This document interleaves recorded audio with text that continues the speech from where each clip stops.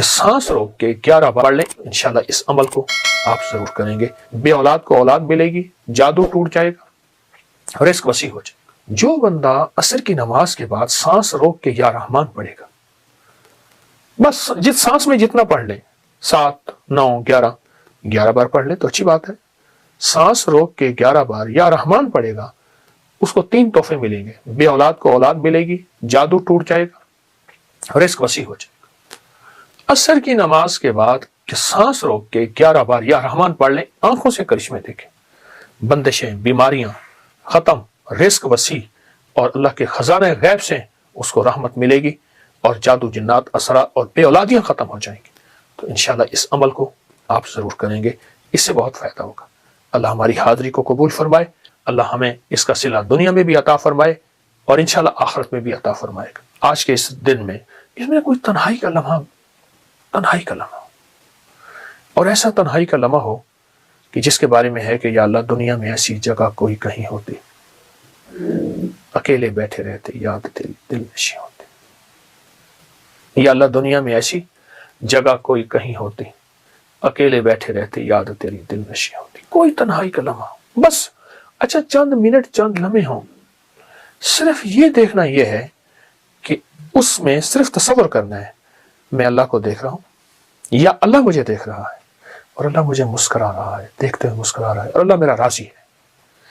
جتنا بھی کوئی خطا کار کہتا ہے اپنے آپ کو، گناہ گار کہتا ہے اپنے آپ کو، سیاہ کار کہتا ہے اپنے آپ کو، جتنا بھی خطا کار گناہ گار سیاہ کار ہے، جتنا بھی گناہ گار خطا کار سیاہ کار ہے، وہ صرف یہ دیکھے چند لمحوں میں، بس اس تصور میں بیٹھ جائے، کوئی نہ مجھ کو یاد رہے، تجھ پہ سب گھر بار لٹا دوں، خانہ دل آباد رہے.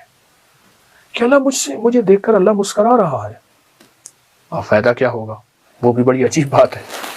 فائدہ یہ ہوگا کہ حدیث قدسی ہے، اور حدیث قدسی میں یہ ہے کہ اللہ پاک جل شانہ کہ کملی والے کا فرمان ہے، میرے بندوں میرے ساتھ جیسے گمان کرو گے میں ویسے معاملہ کروں گا. اے اللہ ہم نے تیری مسکراہٹ کا گمان کر دیا، اور تو یقیناً ہمیں مسکرا کے دیکھے گا. ہمیں جب مسکرا کے دیکھے تو ہمارے سارے کام بن جائیں گے. مجھے ایک صاحب کہنے لگے، وہ وہاں سعودی عرب میں تھے، تو کہنے لگے میں وظیفے پڑھتا گیا اپنے کفیل کے پاس کہ میرا پاسپورٹ واپس کر دے گا، میں نے چھٹی پہ جانا ہے، میں کیا ہوگا کیسے ہوگا. تو اپنے دوستوں میں بیٹھا تھا، تو میں ایسے گیا نا، میں سلام کیا تو اس نے ایسے مجھے دیکھا، ایسے دیکھ کر مسکرا پڑا. میں نے بس مسکرایا، میرا کام بن گیا. کہنے لگے کیسے آئے؟ میں نے کہا جی یہ کام ہے. اس نے اپنے جو ہے خادم کو بلایا، انہوں نے کہا جو کہتا کر دے.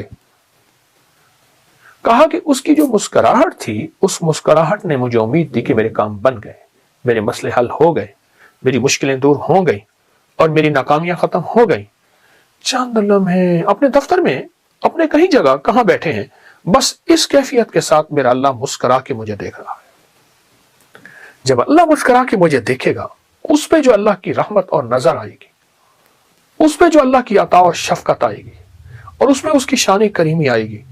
ایک مسکراہٹ سے ساری کائنات کے گناہ دھول دے، ایک مسکراہٹ سے سارے سمندروں کو میٹھا کر دے شہد کی طرح، ایک مسکراہٹ سے ساری سختیوں کو نرم کر دے، ایک مسکراہٹ سے سانپ کے اندر کاٹنے کی کیفیت کو ختم کر دے، ایک مسکراہٹ سے خون خاروں کو محبت دے دے. اس کی ایک نظر اور ایک مسکراہٹ ساری کائنات کو بدلنے کے لیے کافی ہے.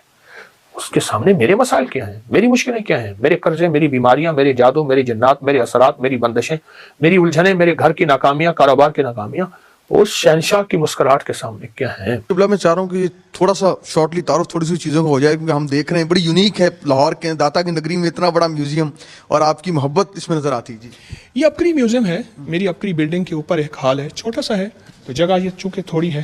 اس میں چمڑے کے برتن بھی ہیں، اس میں پیتل کے، تانبے کے، کانسی کے، ہر چیز کے اس میں، اور پرانی چیزیں بہت زیادہ چھوٹی بڑی.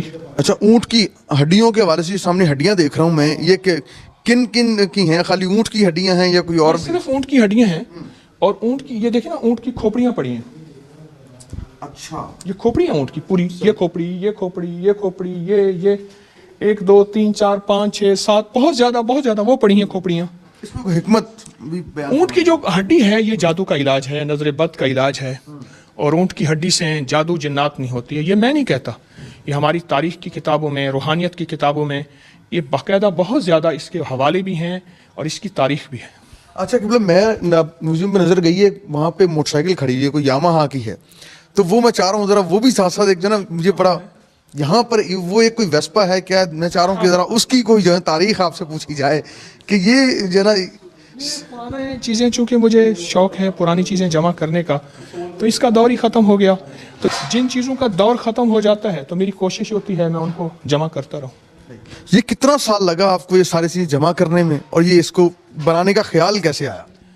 میں سے عرض کیا نا کہ میرا یہ پرانا شعبہ ہے، اور پرانا مجھے یہ چیز ورثے میں بھی ملی ہے، والدین کی طرف سے بھی۔ مٹی کے برتن بھی ماشاءاللہ دیکھنے کو مجھے نظر آ رہے ہیں، مٹی کے برتن، چرخہ جو ہے یہ جو ہے وہ مجھے نظر آ رہا ہے کہ اسے چرخہ ہی کہتے ہیں۔ جی ہاں، پرانا چرخہ ہے، اس کا صوفیہ کرام بڑا ذکر کرتے یہ ہیں۔ پرانا حقہ ہے، اچھا، بہت پرانی، بہت اس سے بھی پرانی چیزیں ہیں جو ہمارے پاس یہ ہیں، جو کہ جگہ نہیں ہے۔ اب یہ دیکھیں اونٹ کی بالوں کا بنا ہوا ہے، اچھا، یہ قالین، جی قالین جو دری ہے دری، اونٹ کے بالوں کی ہے۔ یہ دیکھیں نا، اونٹ کے بالوں کا قدیم کمبل یہ لکھا ہوا ہے، اونٹ کے بالوں کا قدیم کمبل، یہ اصلی چیتے کی کھال ہے، اصلی چیتا ہے، اس کو محفوظ کیا ہوا ہے، اسٹف کیا ہوا ہے۔ یہ جو سامنے برتن لگے ہوئے ہیں جی، قبلہ، اس کی کیا؟ یہ تاریخ کے پرانے وہ برتن ہیں جو ہم استعمال کرتے تھے جب تانبا، کانسی، پیتل استعمال کرتے تھے، بے اولادیاں نہیں تھیں، بیماریاں نہیں تھیں، بڑھاپے نہیں تھے، اور چال میں لڑکڑاہٹ نہیں تھی، لا علاج بیماریاں نہیں تھیں۔ جب یہ برتن ہم نے استعمال کرنے چھوڑ دیے تو ہم بیماریاں، پریشانیوں میں مبتلا ہو گئے۔ ایک طرف میں دیکھ رہا ہوں کہ یونیک پرانی چیزیں جی، جو جس طرح ٹیپ ریکارڈر ہے، ریڈیو ہے، پھر یہاں پہ ٹائپ رائٹر ہے، یہ ایک خاص ہی چیزیں، اور پھر شہداء کی تصویریں جو ہیں، یہ آپ کی ایک محبت پاک فوج سے، شہداء سے، ذرا میں چاہتا ہوں کہ یہ بھی جو ہے نا لوگوں کو نظر آئے کہ یہ خالی روحانیت کے ساتھ ساتھ جو ہے جس طرح آپ کی ایک محبت ہے اپنے میرے وطن سے، مجھے محبت ہے وطن کے ورثے سے، تو یہ چیزیں اس لیے میں نے سنبھال کے رکھی۔ یہ دیکھیں نا، یہ شہداء کی کیپ ہے، یہ ان کی پانی پینے کی بوتل ہے، اور یہ انہی کا صندوقچہ ہے پرانا۔ یہ تصویروں کے اندر جو ہیں اگر ہم اس کو دیکھا جائے تو بڑے بڑے شہداء میں نظر آ رہے ہیں۔ یہ بھی تو میرا ورثہ ہے نا، میں نے اپنا ورثہ جمع کیا، تو جو میرا ورثہ ہے تو اس میں تو ورثے کو میں شامل کروں گا۔ میں دیکھوں کہ رانا صاحب کو بات کرنا چاہیں، اس میں شامل کرنا چاہیں، جی سر کیا کہیں گے؟ سر مجھے یہ دیکھ کے بڑی خوشی ہو رہی ہے کہ میں، چونکہ I am also son of martyr, اور میرے والد صاحب نے 3 جنگیں لڑی، سیکنڈ ورلڈ وار 65 اور 71 میں وہ شہید ہوئے، تو میں اچانک یہ نظر پڑی اور میری آنکھوں میں مجھے نمی آ گئی ہے۔ حج روپے کا ہو جائے یا 100 روپے کا ہو جائے، عمرہ 5 روپے کا ہو جائے یا 5000 کا ہو جائے، ایک دعا ہے، چند بار پڑھ لیں، بار بار پڑھ لیں، کسی لمحے پڑھ لیں۔ اور دعا کیا ہے؟ ایک اس دعا کے اندر منت ہے، اور دوسرا اپنا چھوٹا پن ظاہر کرنا ہے، تواضع ظاہر کرنا ہے۔ جو شخص یہ دعا پڑھے گا، فرمایا وہ نعمت جس کے لیے پڑھے گا اللہ اس سے بھی نہیں چھینے گا، اگر زیادہ پڑھے گا اللہ اس کی نسلوں سے بھی نہیں چھینے گا۔